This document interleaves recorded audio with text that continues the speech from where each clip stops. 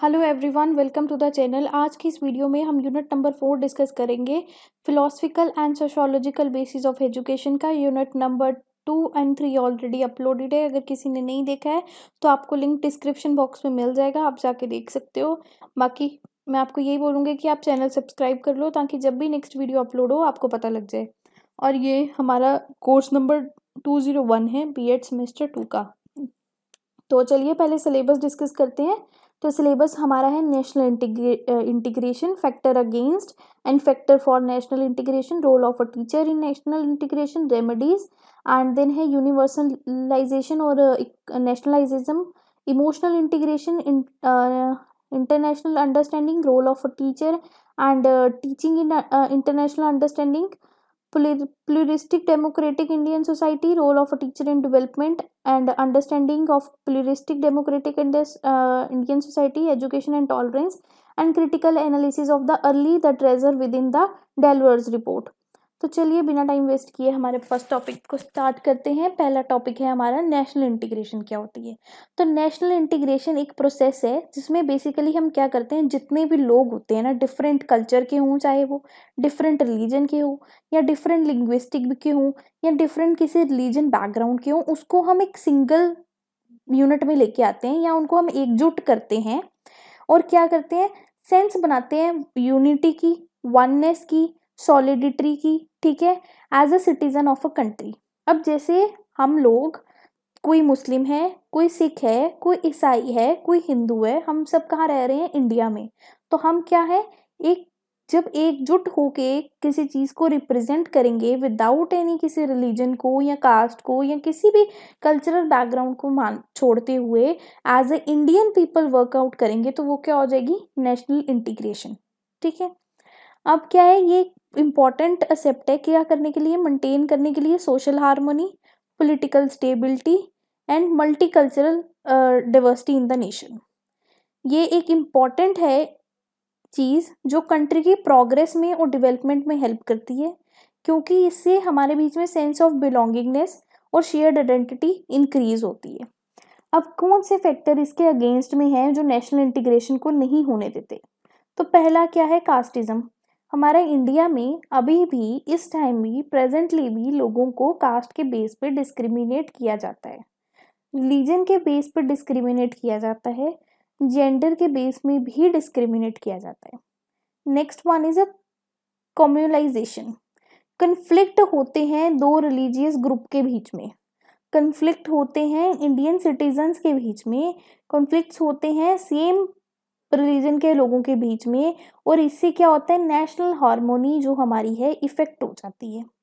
आज की डेट में भी हम इंडिया में रहते हुए भी हमारे यहाँ पे हिंदू और मुस्लिम्स के बीच में लड़ाई हो जाती है, जिसकी वजह से हमारी नेशनल इंटीग्रिटी क्या है, इफेक्ट होती है। Next one is a provincialism. ये क्या है, डिफरेंट सेट है, डिफरेंट प्रायोरिटाइज हैं, उनके अपने अपने इंटरेस्ट हैं, उनकी अपनी अपनी रीजनल टेंशंस हैं, और एक उसके ऊपर क्या होता है, हमारी नेशनल यूनिटी डिस्टर्ब होती है। अभी आप देखते होंगे कि हमारे इंडिया में किसी ना किसी स्टेट में कोई ना कोई प्रॉब्लम चलती है आपस में। तो यहाँ हर एक स्टेट का अपना कोई इंटरेस्ट है जिसकी वजह से वो दूसरी स्टेट के साथ कोप अप नहीं कर पा रहा, तो इससे भी नेशनल इंटीग्रेशन इफेक्ट हो रही है। पॉलिटिकल पार्टीज, ये सबसे बड़ी नेशनल इंटीग्रेशन को इफेक्ट करने की चीज़ है। ये क्या करते हैं, ये आपके कास्ट के बेस पे, रिलीजन के बेस में, रिलीजनल आइडेंटिटी के बेस पे आपसे वोट लेते हैं, जिसकी वजह से हमारी नेशनल इंटीग्रिटी को इफेक्ट पड़ता है। लिंग्विस्टिक डिफरेंस है, हमें लैंग्वेजेस समझ नहीं आती। अगर आप इस टाइम J&K में हो, आप पंजाब में चले जाओगे या उसके बाद उठ के महाराष्ट्र में चले जाओगे तो वहाँ पे मराठी जो बोली जाएगी आपको समझ नहीं आएगी। अगर आपको कोई कॉमन लैंग्वेज नहीं आती है जो दोनों लोगों को आती है तो आप इवन बात भी नहीं कर सकते। तो अगर आप आपस में नेशनल लेवल पे बात नहीं कर सकते तो इंटरनेशनल लेवल पे तो पॉसिबिलिटी ही नहीं है कि आप किसी से कम्युनिकेट कर पाओगे। Next one is economic disparities. अब पुअर है, कोई रिच है, इसके बीच में भी हमारे यहाँ पे बहुत सारे ऑब्स्टेकल्स आते हैं और नेशनल यूनिटी खराब हो जाती है। एथिक कन्फ्लिक्ट है, टेंशन है डिफरेंट एथिक्स ग्रुप के बीच में, वायलेंस हो जाती है, डिस्टर्ब हो जाती है हमारी national integration. Lack of access of basis services है, एजुकेशन नहीं मिलती, प्रॉपर हेल्थ केयर नहीं मिलता, प्रॉपर सोशल इनइक्वालिटी की जाती है, जिसकी वजह से नेशनल इंटीग्रेशन इफेक्ट हो रही है। मीडिया मैनिपुलेट करता है, कोई सीरियस इशू को, कोई स्टीरियोटाइप्स को, किसी झगड़े को, छोटी सी बात को इतना बड़ा बना दिया जाता है कि दो पार्टीज यहाँ पे इंडिया में रहते हुए भी आपस में लड़ पड़ती हैं और हमारी नेशनल इंटीग्रेशन इफेक्ट हो जाती है। हम लोग एकजुट नहीं रह पाते। किसी ने कुछ कहा गया होता है, मीडिया मिलकर उस बात को इतना इंक्रीज कर देती है कभी कभी कि दो पार्टीज के बीच में इतनी लड़ाई हो जाती है कि नेशनल इंटीग्रिटी इफेक्ट होती है। अब कौन से फैक्टर ऐसे हैं जो नेशनल इंटीग्रेशन के साथ हैं? पॉलिटिकल यूनिटी, वो इन्वॉल्व करता है क्या? मेंटेन करने के लिए, यूनाइट करने के लिए नेशनल इंटीग्रिटी को। अब पॉलिटिकल पार्टीज जहाँ हमें अलग कर देती हैं, वहीं कई बार पॉलिटिकल पार्टीज या जो हमारी गवर्नमेंट है वो हमें एकजुट रहना भी सिखाती है।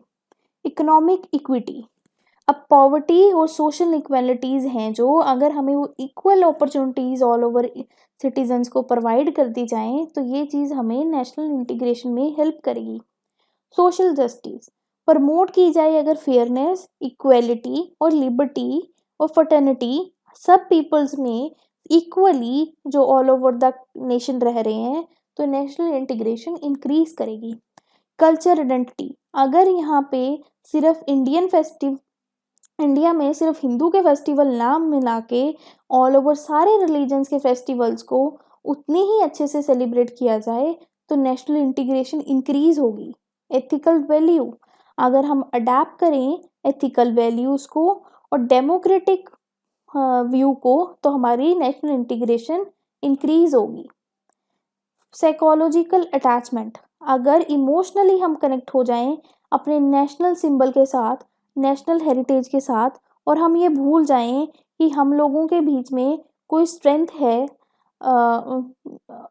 हम लोगों के बीच में कोई कन्फ्लिक्ट है और हमारे बीच में स्ट्रेंथ ऑफ बिलोंगिंगनेस और लॉयल्टी इंक्रीज हो जाए तो क्या होगा?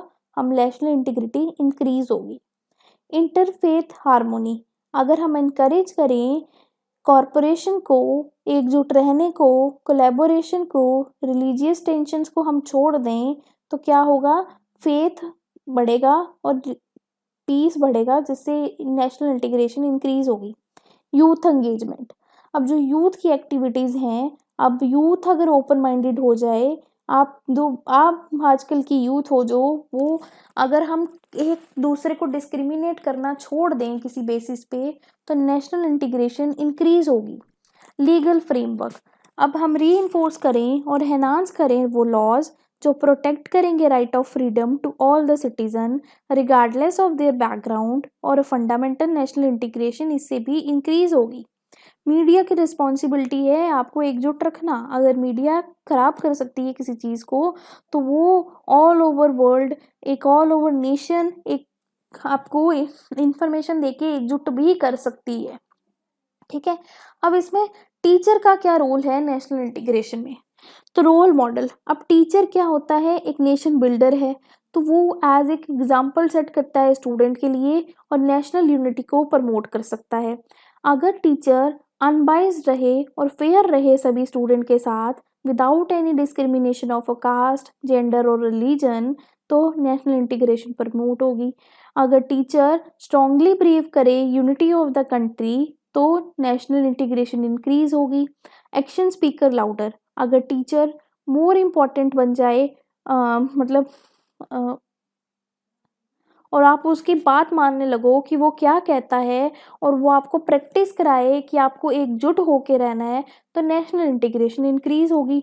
Teaching from the national perspective, अगर टीचर इंक्लूड करे कंट्री की हिस्ट्री, कल्चर और ट्रेडिशन अपने लेसन्स पे, तो इससे भी नेशनल इंटीग्रेशन को इम्प्रूव होने में हेल्प होगी। कंट्रीब्यूट करो टू द एजुकेशन मटेरियल, अगर टीचर हेल्प करे एजुकेशनल मटेरियल और हाईलाइट करने में इंडियन हिस्ट्री और कल्चर, तो नेशनल इंटीग्रिटी इससे भी अच्छी होगी। टीचर आपको मॉरल गाइडेंस दे, नेशनल यूनिटी सिखाए, नेशनल इंटीग्रेशन सिखाए। अगर टीचर इनकरेज करे बच्चों को कि हम रोज़ न्यूज़पेपर और बुक्स पढ़ें ताकि हमारे बीच में इक्वालिटी ऑफ नेशनलिज्म और यूनिटी आए। इंस्पायर करे हमें लव फॉर द नेशन के लिए, कल्चर के लिए, उसके सिंबल्स के लिए। टीचर हमें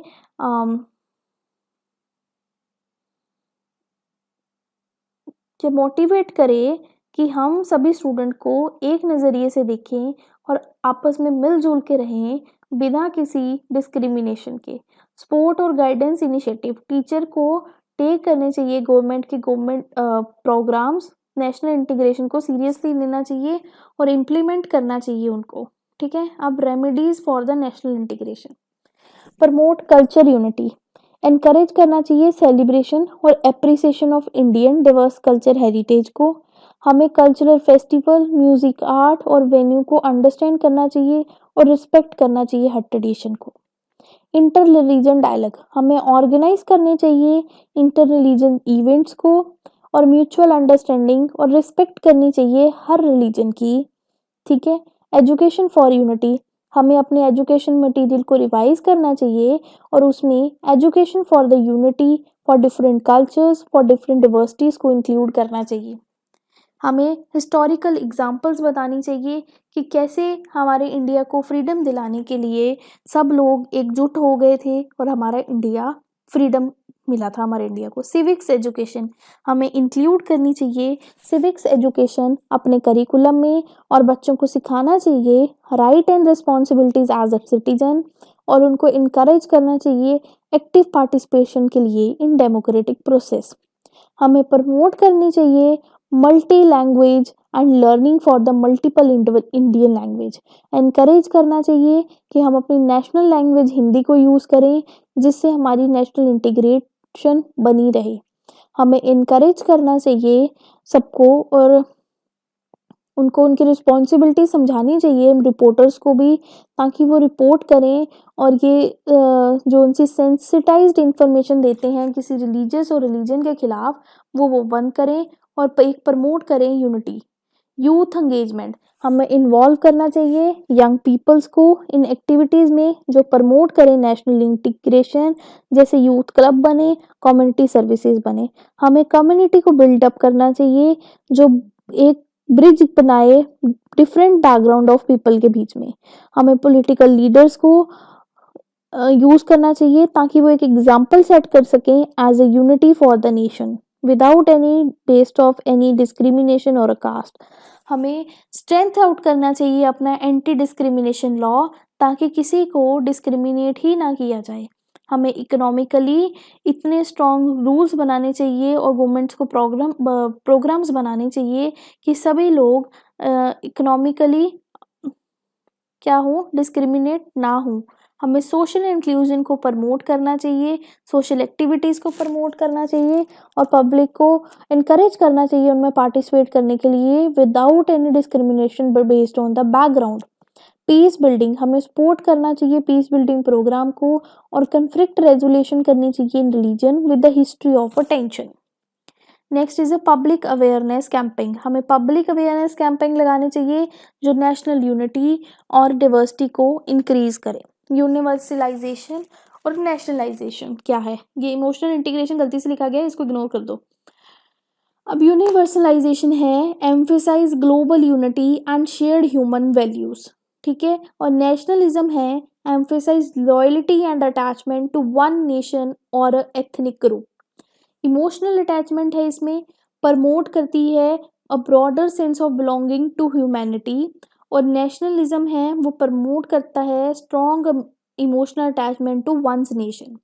इंक्लूसिवनेस में यूनिवर्सलाइजेशन इनकरेज करती है inclusion of a people regardless of the nationality, और नेशनलिज्म में हम ट्रेंड करते हैं, प्रायोरिटाइज करते हैं interest and welfare of the one's nation और ethnic community over the others.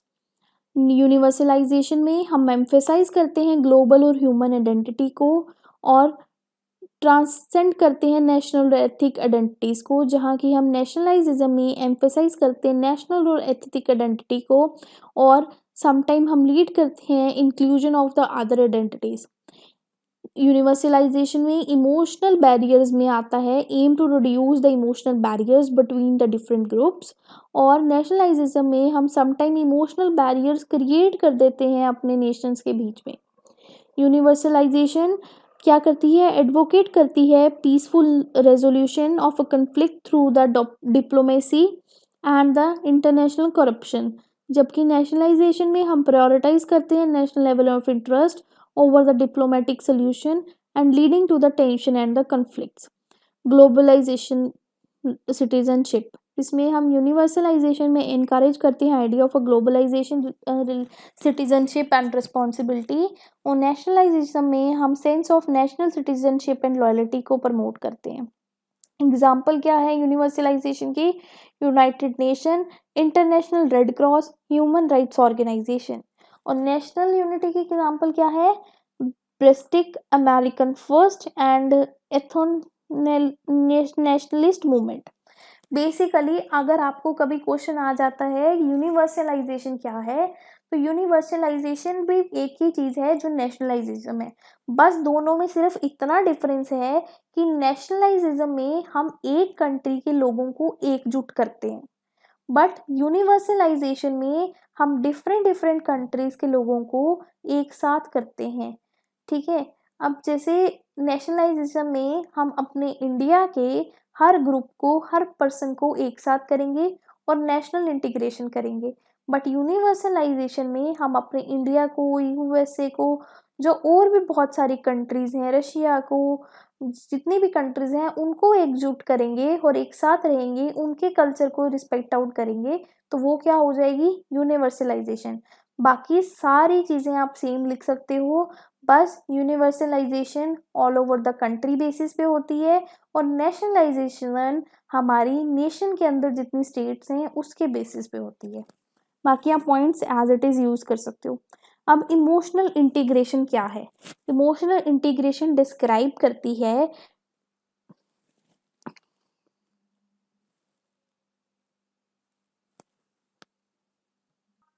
जो इमोशनल इंटीग्रेशन है वो रेफर करती है प्रोसेस को जो क्या करता है, सेंस ऑफ इमोशन बनाता है, यूनिटी बनाता है, सॉलिडिटी बनाता है, शेयर कराता है identity among the citizen of the country.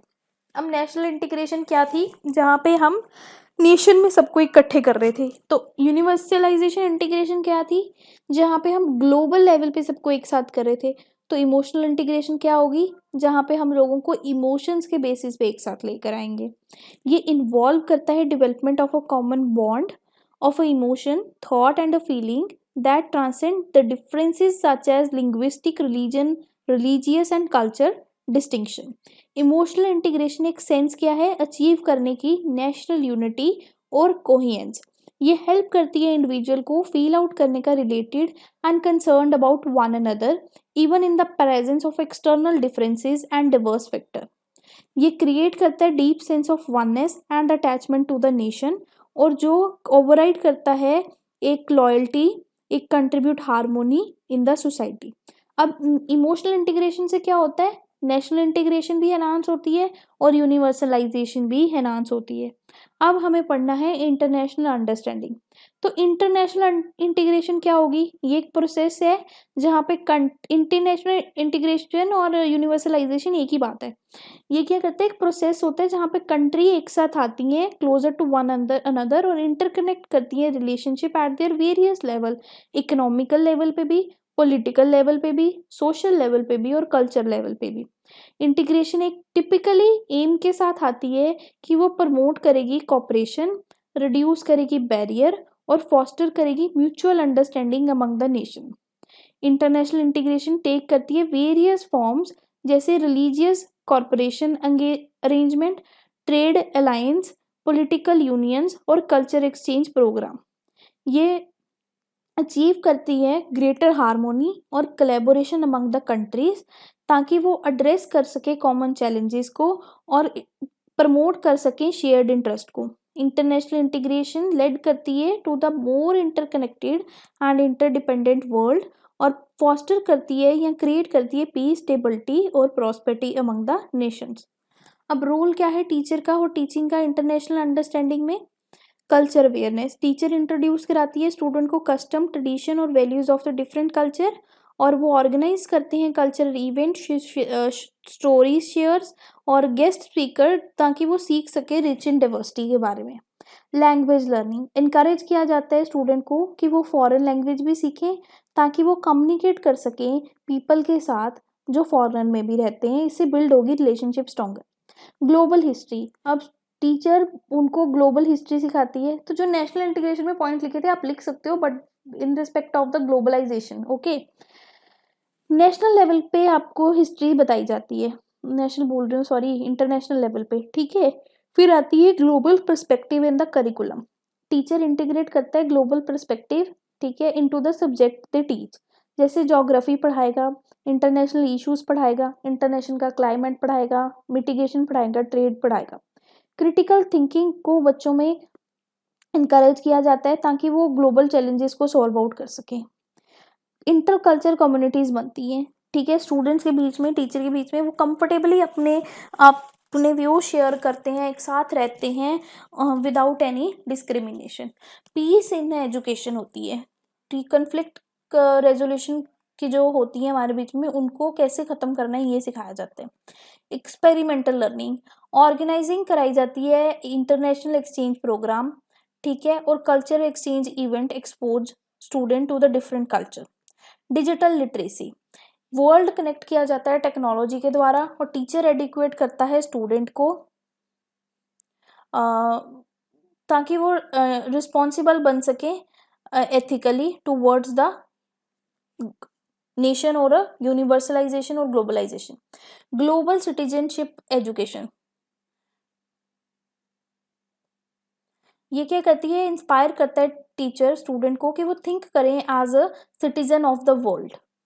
Sustainable development, teacher discuss करता है important of a global goals like ending poverty, protecting the environment, और मॉडलिंग करता है ग्लोबल वैल्यूज। टीचर एक एग्जाम्पल बनता है बच्चों के लिए और उनको रिस्पेक्ट करना सिखाता है डिफरेंट कल्चर्स की, प्रैक्टिस कराता है उन्हें एम्पैथी, और डेमोस्ट्रेट कराता है कि कैसे हमें एक रिस्पॉन्सिबल सिटीजन बनना है।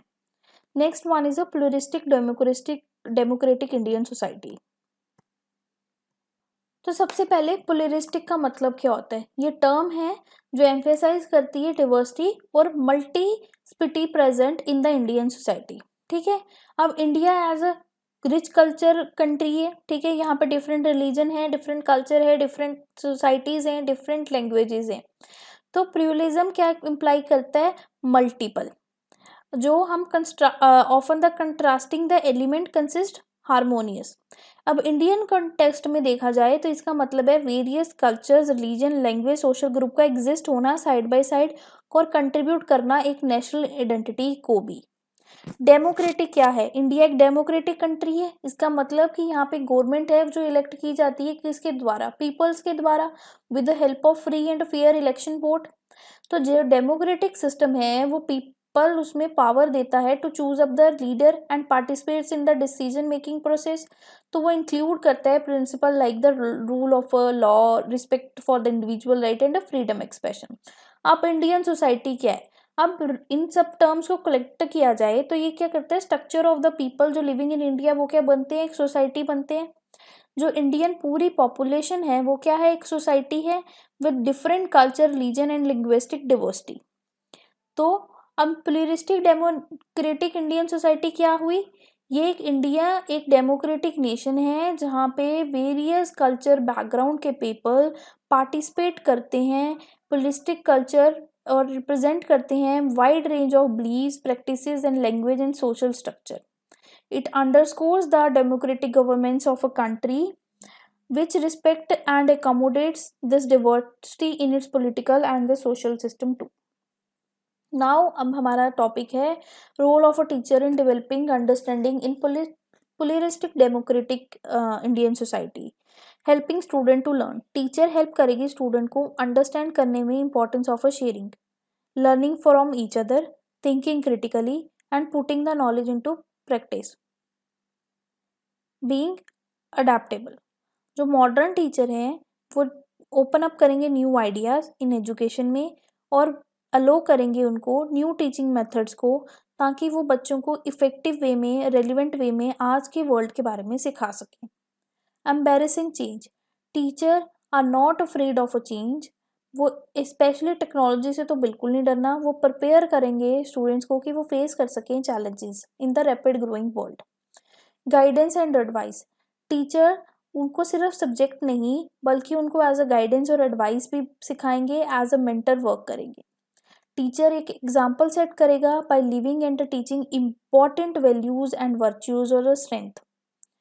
Shaping the future, teacher show करेगा स्टूडेंट को राइट पाथ और हेल्प करेगा उनको ग्रो आउट करने में। अब next one is being democratic, caring and hard working, teacher fair होगा, काइंड होगा और डिलीजेंटली वर्क करेगा और कॉन्फिडेंस बिल्डअप करेगा उनकी एबिलिटीज में। वो वर्कआउट करेंगे इंस्टिल अ गुड वैल्यूज और virtues in each student to help them to become a well rounded individual. Teacher are enthusiastic, वो about their subject and inspire करेंगे स्टूडेंट को एक्सप्लोर करने में, अंडरस्टैंड करने में, come up with the new idea specially related to the new technology. Encourage growth, teacher help out करेगा develop करने के लिए positive attitude towards the learning and self improvement. Teacher encourage करेगा स्टूडेंट को ऑर्गेनाइज करने में और कंप्लीट करने में their work on the time. Teacher approachable and always ready रहेगा असिस्ट करने को स्टूडेंट को। वो कॉन्स्टेंटली एनकरेज करेंगे स्टूडेंट को प्रोवाइड करने में गाइडेंस और help to them become well rounded individual. Teacher share करेंगे knowledge and skill to make student stronger, disciplined and ready to face all kind of challenges in the life. ठीक है, अब next one है हमारा education and tolerance. अब education क्या होती है, हेल्प करती है हमें अंडरस्टैंड करने में अंडरस्टैंड करने में, रिस्पेक्ट करने के लिए पीपल जो डिफरेंट है हमसे। ठीक है, ये की है जो अनलॉक करती है door of the knowledge about the different cultures, beliefs and idea. हम सीखते हैं स्कूल जाके कि अबाउट द रॉन्ग आइडियाज क्या हैं, क्या सही नहीं है, क्या सही है, स्टीरियोटाइप चीज़ों को दूर करते हैं हम और बिकम मोर ओपन माइंडेड बनते हैं और एक्सेप्ट करना सीखते हैं। एजुकेशन हमें सिखाती है कि कैसे हमें प्रॉब्लम्स को सॉल्व करना है, एक दूसरे से बात करनी है और इवन अगर हम डिसएग्री हैं तो तब भी हमें कैसे पीपल्स के साथ ग्रो अप करना है विदाउट एनी डिफरेंसेस। ठीक है, मिलजुल के। अब टॉलरेंस क्या है, एक huge tolerance is like a big hug for everyone. ठीक है, तो इट मीन्स दैट जब भी it means being a kind and respectful to the people no matter where they come from और व्हाट दे बिलीव। अब आपको कोई लेना देना नहीं है वो किस रिलीजन का है, किस कास्ट का है, कहाँ से आया है, आपको बस क्या करना है, उसको एक्सेप्ट करना है एज इट इज और उसके साथ रहना है बीइंग अ काइंड। एजुकेशन एक फ्रेंड की तरह है टॉलरेंस का, क्योंकि वो आपको हेल्प करता है अंडरस्टैंड करने में, केयरिंग एंड फेयर। एजुकेशन की हेल्प से ही आपको सिखाया जाता है कि कैसे आपको किसी को डिस्क्रिमिनेट नहीं करना है और आप सबको मिलजुल के एक साथ रहना है। तो इसलिए एजुकेशन और टॉलरेंस को एक साथ लिया गया है। ठीक है, कहते हैं ना हम टॉलरेट करो इस इंसान को, तो वैसे ही टॉलरेंस है कि विदाउट किसी डिस्क्रिमिनेशन बेसिस के एजुकेशन आपको टॉलरेट करना सिखाती है। Critical analysis of a learning, the treasure within, Delors report. Learning the treasure within एक known as a Delors report भी जानी जाती है। ये UNESCO कमीशन रिपोर्ट है जो लिखी गई थी बाय द डेलवर्स, जो फॉर्मर प्रेसिडेंट थे यूरोपियन कमीशन के। ये रिपोर्ट पब्लिश हुई थी 1996 में और इसका एम था कि overview of education and learning in the 21st century. ठीक है, इसने क्या किया, शेप किया एजुकेशनल पॉलिसीज को and discussions around the world. तो अब इसका क्रिटिकल एनालिसिस देखते हैं। कॉम्प्रिहेंसिव स्कोप, तो इस रिपोर्ट की एक स्ट्रेंथ थी, वो थी कॉम्प्रिहेंसिव स्कोप। ये कवर करती थी not only the formal education but also the informal non formal learning, और ये इनोवेटेड अप्रोचेस को यूज करती थी और ये अपने टाइम की एक इनोवेटिव अप्रोच थी जिसने फॉर्मल के साथ साथ इनफॉर्मल और नॉन फॉर्मल लर्निंग को भी यूज अप किया था। ये रिपोर्ट ने रिकॉग्नाइज किया था कि जो लर्निंग है वो वेरियस सेटिंग्स में टेक प्लेस करती है through out the one's life. ठीक है, अब 4 पिलर्स ऑफ एजुकेशन को इसमें डिस्कस आउट किया गया वो 4 पिलर्स थे, learning to know, learning to do, learning to live together and learning to be. इन पिलर्स ने एक वैल्यूएबल फ्रेमवर्क दिया एडुकेटर्स को और पॉलिसी मेकर को। कुछ क्रिटिक्स थे जिन्होंने आर्ग्यू किया इन पिलर्स के ऊपर, ठीक है, क्योंकि उनके आइडियाज कुछ अलग थे और इन्होंने कहा कि डिफिकल्ट है इसको इम्प्लीमेंट करना इन रियलिटी। यूनिवर्सल एजुकेशन, इस रिपोर्ट ने स्ट्रांगली एम्फेसाइज किया इंपॉर्टेंस ऑफ यूनिवर्सल एजुकेशन और right to education for all. इस कमेटी ने असेसिबिलिटी और इंक्लूसिविटी दी, कहा कि वो कमेंडेबल है बट वो चैलेंजिंग भी थी to achieve in the reality, ठीक है, स्पेशली प्रिविलेज्ड और कन्फ्लिक्ट रिडन रीजन्स में। Globalisation and the knowledge society, Delors की रिपोर्ट ने करेक्टली आइडेंटिफाई किया कि कैसे अडेप्ट करनी है education to change the need of globalized and knowledge based society. कुछ क्रिटिक्स थे जिन्होंने आर्ग्यू किया इस रिपोर्ट पे और उन्होंने कहा कि इकोनॉमिक्स एसेप्ट्स के होते इस चीज़ को कर पाना बहुत मुश्किल है, पोटेंशली आप निगलेक्ट कर सकते हो, मतलब आप निगलेक्ट कर रहे हो सोशल और कल्चर डिमेंशन ऑफ एजुकेशन को। रीथिंकिंग असेसमेंट, इस रिपोर्ट ने re evaluation of assessment method को भी इंट्रोड्यूस किया था। ट्रेडिशनल असेसमेंट प्रैक्टिस को क्या किया था, बताया था कि वो मेमोराइजेशन के ऊपर बेस्ड है, ठीक है, तो आपको क्या करना चाहिए, प्रैक्टिकल एप्लीकेशंस वाली एजुकेशन को लेके आना चाहिए। टीचर प्रोफेशनलाइजेशन, ये रिपोर्ट ने राइटली हाईलाइट किया था नीड किसकी, एक वेल ट्रेन्ड और मोटिवेटेड टीचर की। उन्होंने कहा था कि हमें एजुकेशन को इम्प्रूव करने के लिए, सारी चीज़ों को गैप हटाने के लिए हमें एक ट्रेन्ड टीचर्स चाहिए। Political changes. While the report provides the valuable recommendation, it does not delve deeply into the political, culture, and economical challenge that hinders the implementation of suggestions. Education systems are deeply embedded in the context of each country, and achieve global education goals require addressing the complexities. Time and technology की change, इस report को publish किया गया था 1996 में and उस time जो world था वो सिग्निफिकेंट अंडरगो हो रहा था किसकी, टेक्नोलॉजी और सोसाइटी चेंजेस में। तो इसने रिकमेंड किया था कि इसको अपडेट करना होगा अकॉर्डिंग टू द टाइम, ठीक है, to remain relevant in the today rapidly involving educational landscape, ठीक है, कि ताकि वो आज की डेट में भी चलती रहे। तो इसी के साथ हमने अपना यूनिट नंबर 4 जो 201 का है, philosophical and sociological basis of education का, वो भी कंप्लीट कर लिया है। Unit number 2 and 3 already uploaded है, अगर किसी ने वीडियो नहीं देखी है आप जाके देख सकते हो, लिंक आपको डिस्क्रिप्शन में मिल जाएगा, अदरवाइज आप प्लेलिस्ट से या चैनल से देख सकते हो।